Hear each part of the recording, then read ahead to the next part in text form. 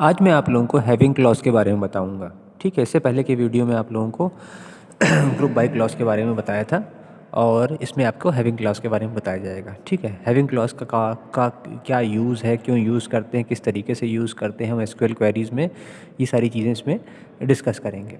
Having clause is used for specifying a condition और groups rather than a individual row. ठीक है, ये having clause का use जो है वो किसी एक इंडिविजुअल रो के लिए नहीं होता है। ये कई सारी कंडीशन या ग्रुप्स को पे स्पेसिफाई करने के लिए होता है, मतलब उसमें से कुछ डेटा एक्सेस करने के लिए होता है।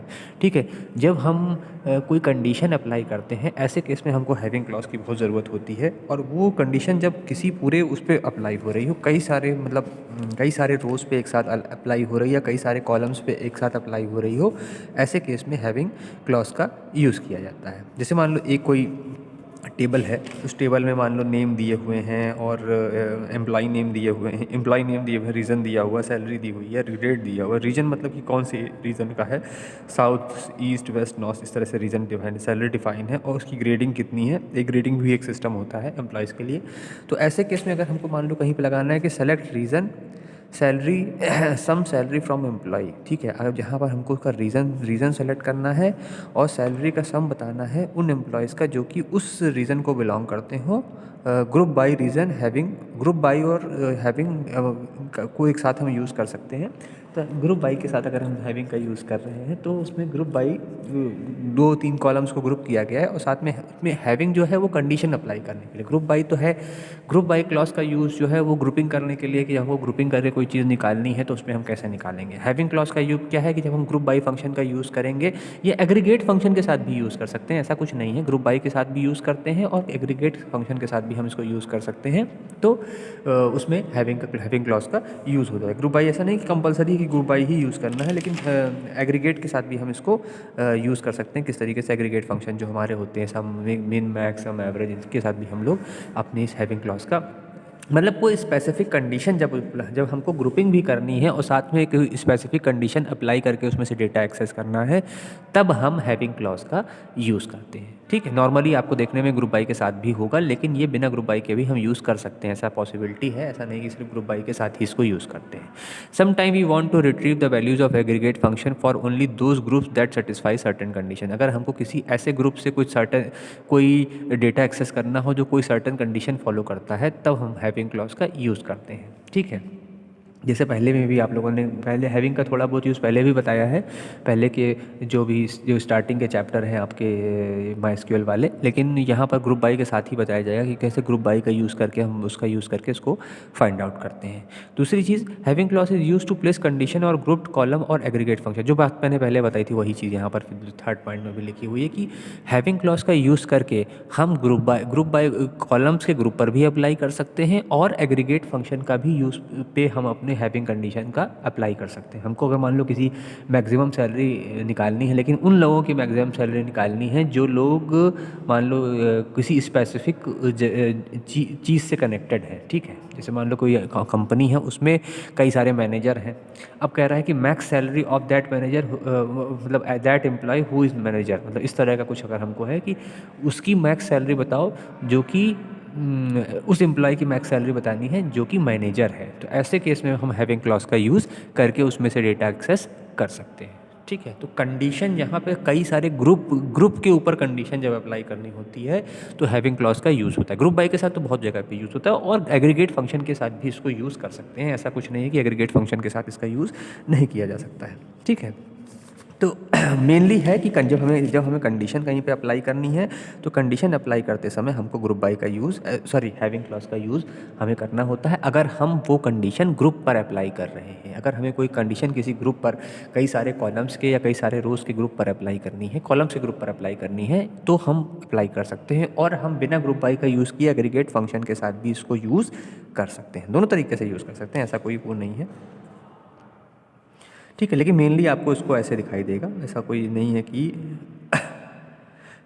आपको नॉर्मली जो आपको दिखाई देगा वो आपको उसके साथ ही दिखाई देगा कि ग्रुप बाई क्लॉज का यूज़ किया हुआ है। एग्रीगेट फंक्शन भी तो ग्रुप बाई में ही यूज़ होता है, तो उसके साथ में ही आपको इसको जब भी पहले ग्रुप बाई बताया जाता है फिर हैविंग क्लॉज बताया जाता है, क्योंकि लोग वो दोनों पैरेलल में चलते हैं। पहले आप ग्रुप बाई जान लो क्या चीज़ें हैं, फिर ग्रुप बाई की अब ग्रुपिंग तो हो गई, अब उसके ऊपर कंडीशन अप्लाई करनी, तो कंडीशन जब अप्लाई करनी है तो के केस में कैसे होगा, उस केस में कैसा होगा, तो दोनों चीज़ें बारी बारी से इसीलिए आगे पीछे करके बताई जाती हैं, जिससे कि आपका जो भी कॉन्सेप्ट है इसका वो क्लियर हो जाए।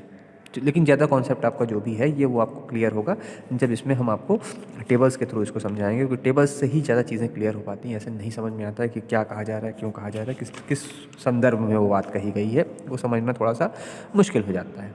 ठीक है, तो पहले एक टेबल ड्रॉ करते हैं, उसके हिसाब से आपको बताते हैं किस तरीके से इसको यूज़ किया गया है।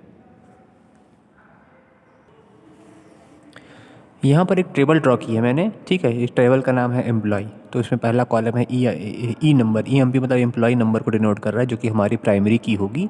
फिर है ई नेम, फिर है रीज़न। रीज़न मतलब ऐसे यहाँ पर डायरेक्शन वाइज, स्टेट वाइज या जैसे भी कह लें, रीजन में डिवाइड किया जाता है। कई बार जब एक बड़ी कंपनी होती है, बहुत सारे एम्प्लॉयज़ होते हैं, तो इसको एक रीजन में डिवाइड करते हैं, तो वो रीजन में इसको डिवाइड करते हैं।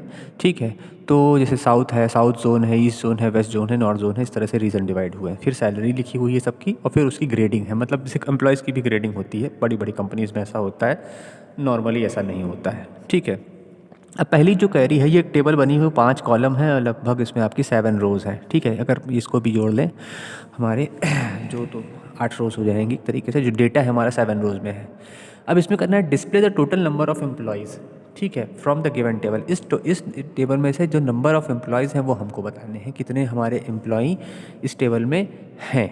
ठीक है, तो यहाँ पर सीधे सीधे हमारी पूरी एम्प्लॉय टेबल के, भाई जितने यहाँ पर एम्प्लॉयज़ की टेबल है, तो और जितने हमारे ईएमपी नंबर होंगे वो उसके हिसाब से यहाँ पे, तो यहाँ पर काउंट का यूज़ किया गया है, काउंट फंक्शन का यूज़ किया गया है। और जब हमको पूरे को सेलेक्ट करना होता है तो हम स्टार का यूज़ करते हैं। अगर हमें किसी कॉलम पे लगाना होता तो काउंट के अंदर हम वो कॉलम का नाम दे देते, ठीक है, उस फील्ड का नाम दे देते। ठीक है, कोई डेटाबेस की लैंग्वेज में इसको हम फील्ड कहते हैं, उसको, और रो को हम रिकॉर्ड कहते हैं। तो किसी उस फील्ड का नाम दे देते, तो यहाँ पर हमको पूरे पे अप्लाई करना होता है, तो जब हमें पूरे पे अप्लाई करना होता है तो स्टार का यूज़ करते हैं। तो count star from employ, select count star from employ. Count star का मतलब जितने भी उसमें रोज हैं, जो भी जितने भी उसमें कॉलम्स हैं, सॉरी रोज़ हैं, तो नंबर ऑफ़ रोज़ हमको काउंट करके बता देगा। तो यहाँ नंबर ऑफ़ रोज़ के हिसाब से एम्प्लॉयज़ को सेट किया गया, तो टोटल 7 हमारी रोज़ हैं, तो सातों रोज़ को इसने 7 रोज़ हैं, तो सातों रोज़ को इसने सेलेक्ट करके बता दिया है, तो इसीलिए इसका आउटपुट आएगा हमारा 7। तो ये काउंट स्टार जो है पूरी टोटल काउंटिंग करने के लिए लगाया जाता है कि हमारे पास नंबर ऑफ़ रोज़ कितनी है। ठीक है, तो यहाँ कोई एम्प्लॉय रिपीट तो हुआ नहीं है, तो इसलिए इसने पूरा इस ईएमपी नंबर के हिसाब से या जिसके भी हिसाब से लगा के पूरा काउंट करके बता दिया है। इसी टेबल के अकॉर्डिंग हम आप लोगों को बाकी चीज़ें बताएंगे कि कैसे हम हैविंग क्लॉज का यूज़ करते हैं। नेक्स्ट जो आपकी एक क्वेरी है वो कह रहा है display the total number of employees. पहली वाली क्वेरी में था सिर्फ display the total number of employees, तो उसको हमने काउंट से कर लिया।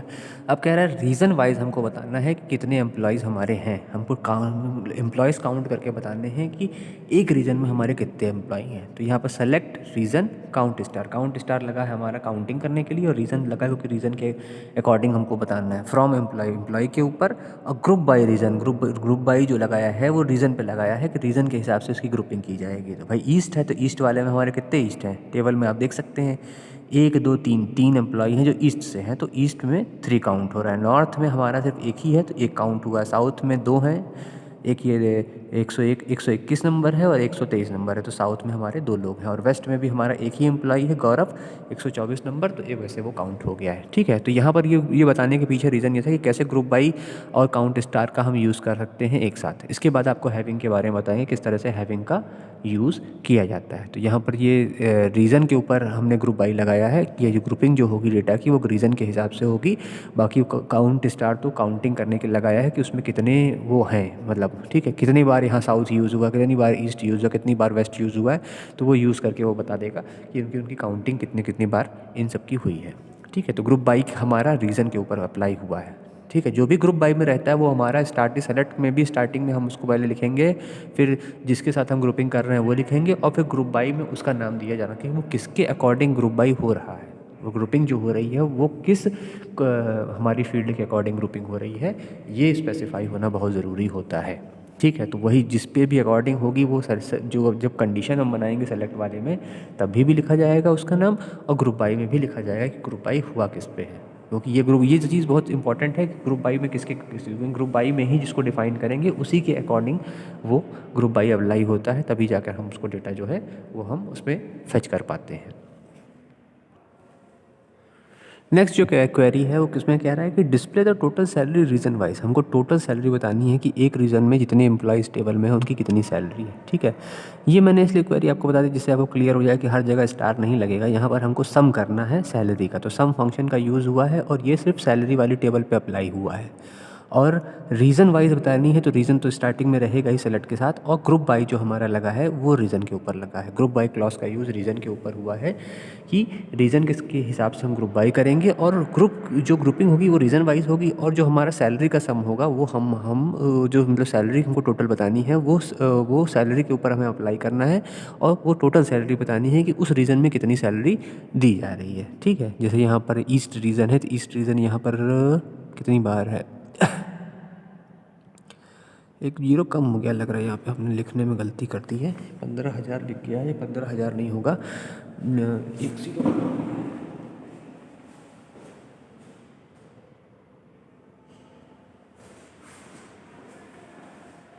ठीक है, तो ये 1.5 लाख सैलरी है जो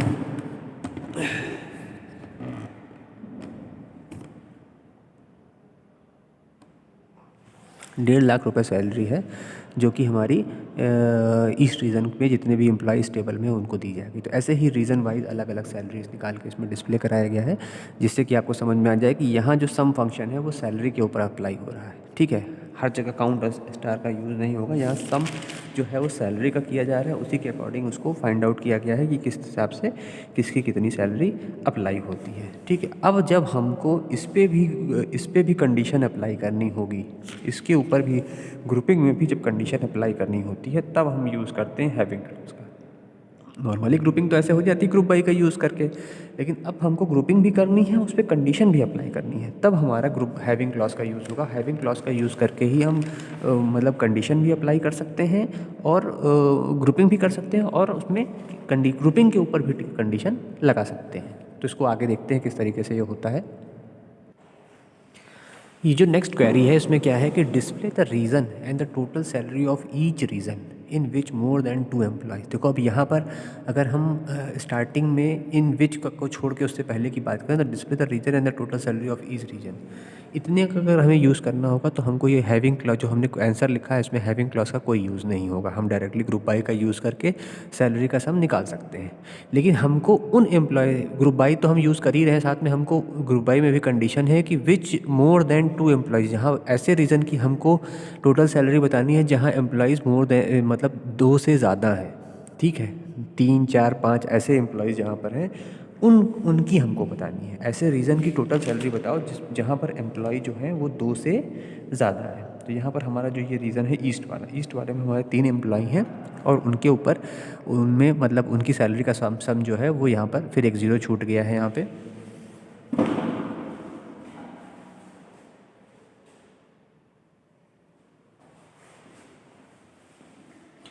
उनकी जो सैलरी का सम है वो 1.5 लाख रुपए टोटल आता है। ठीक है, तो देखो ये है हमारा हैविंग का यूज़। यहाँ पर स्टार्टिंग की जो पार्ट है इन विच से पहले वाला जो पार्ट है वो हमारा नॉर्मल ग्रुप बाई का यूज़ करके हो जाएगा। जब हम ग्रुप बाई के ऊपर भी कंडीशन अप्लाई करेंगे कि हमको एक तो सारी सैलरी का सम बताओ, वो भी सारे रीज़न वाइज सैलरी का सम बताओ, लेकिन उसमें भी कंडीशन लगी हुई है कि हमें उसका बताओ जिसमें एम्प्लॉय 2 से ज़्यादा हो। तो यहाँ पर having count asterisk greater than 2 लगा हुआ है। तो ये हैविंग जो है वो हैविंग कीवर्ड का क्लॉज का यूज़ इसीलिए किया गया है क्योंकि उसके बाद एक और कंडीशन दी है जो कि इस ग्रुप बाई के ऊपर अप्लाई होती है। तो ग्रुप बाई के ऊपर ही हमें इसको अप्लाई करना है, इसीलिए इसको यहाँ पर इस तरह लगाया गया है। ठीक है, तो हैविंग क्लॉज का यूज़ जो बेसिक यूज़ है वो यही है कि जब हमको ग्रुप बाई यूज़ करना होता है तो ग्रुप बाई के ऊपर कंडीशन यूज़ करनी होती है तो हमें हैविंग क्लॉज का यूज़ किया जाता है।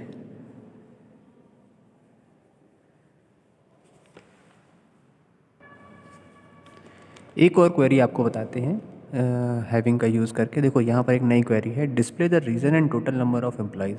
हमको रीज़न बताना है, उसमें उसमें जो टोटल एम्प्लॉयज़ हैं वो बताने हैं। हाँ ठीक है, एक्सेप्ट ईस्ट, ईस्ट वाले रीज़न को छोड़कर बाकी जितने रीज़न हैं उनके नाम बताने हैं और उनमें नंबर ऑफ़ एम्प्लॉयज़ बताने हैं। ठीक है, तो ग्रुप बाई तो यूज़ तो होगा ही। Select region count star from employee group by region, देखो वो तो हो गया पूरा। ग्रुप बाई हमने लगा दिया, ग्रुप बाई रीज़न तक हमने लगा दिया कि हमको रीज़न बताओ, उसमें जितने नंबर ऑफ़ एम्प्लॉयज़ हैं वो बताओ। ये क्वेरी पहले भी आपको बता चुके हैं। ठीक है, तो सेम वैसे ही अब कह रहा है कि जो जो ईस्ट को छोड़कर, अब हैविंग का यूज़ होगा और reason not equal to east, not equal to east कर देंगे तो ईस्ट को छोड़कर बाकी बताएगा। इसको भी दो तरीके से डिस्प्ले कराया गया है, क्योंकि नॉट इक्वल का साइन हम ऊपर जो आप देख रहे हैं, ये नॉट इक्वल का साइन है लगा हुआ है रीज़न और ईस्ट के बीच में, और वैसा ही ये वाला भी साइन जो होता है ये भी नॉट इक्वल के लिए होता है कि यहाँ पर अगर रीज़न जो है हमारा नॉट इक्वल टू ईस्ट है तो उसके लिए भी हम इस तरह से साइन लगा सकते हैं। दोनों क्वेरी चलेगी, ऐसा कोई दिक्कत नहीं है, बस साइन का डिफरेंस है। ठीक है, तो ये मतलब हैविंग का यूज़ हम क्यों करते हैं, कैसे करते हैं, ये जानना ज़रूरी है। और साथ ही साथ ग्रुप बाई में ही ज़्यादा यूज़ होता है। ठीक है, तो ग्रुप बाई क्लॉज में को बताने के बाद ही हैविंग क्लॉज बताया जाता है कि जब हम ग्रुप बाई में ग्रुपिंग करते हैं तो ग्रुपिंग में भी अगर हमें कंडीशन अप्लाई करनी हो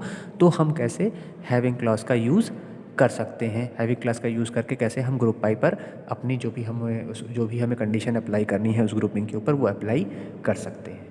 ठीक है, तो ये आपका हैविंग क्लॉज था, इसमें ये सारी चीज़ें थी। और भी क्वेरीज इसमें बन सकती हैं, लेकिन वो तो आप जिसे भी क्वेश्चन के अकॉर्डिंग बनाना चाहें, जितनी चाहे उतनी बना सकते हैं। बहुत सारे इसमें वो बनते हैं। मेन है आपका कि ये क्लॉज कैसे यूज़ करते हैं वो जानना, और क्यों यूज़ करते हैं वो जानना। ठीक है, वेयर क्लॉज इसमें अच्छे खासे डिफरेंस होते हैं। जो वेयर क्लॉज होता है, it is use to place condition on individual row. Where clause का यूज़ होता है इंडिविजुअल रो के लिए होता है। जब हमको इंडिविजुअल रो पे कोई कंडीशन अप्लाई करनी होती है तो हम वेयर क्लॉज का यूज़ करते हैं। जब हमको ग्रुपिंग करके कंडीशन अप्लाई करनी है तो हम लोग हैविंग क्लॉज का यूज़ करते हैं। तो एक सबसे मेन डिफरेंस है। It can not work with aggregate function. जो हमारा वेयर क्लॉज है वो एग्रीगेट फंक्शन के साथ काम नहीं करता है, जबकि हमारा हैविंग क्लॉज जो है वो एग्रीगेट फंक्शन के साथ काम करता है। एक बहुत बड़ा इसका ये एक और मेजर डिफरेंस है। It is use before grouping. Where clause जो है वो ग्रुपिंग से पहले यूज़ किया जाता है, और ये जो हमारा हैविंग क्लॉज है ये आफ्टर ग्रुपिंग के बाद अप्लाई होता है। तो ये भी एक जिसका जो थर्ड मेजर डिफरेंस दोनों के बीच में होता है। ठीक है।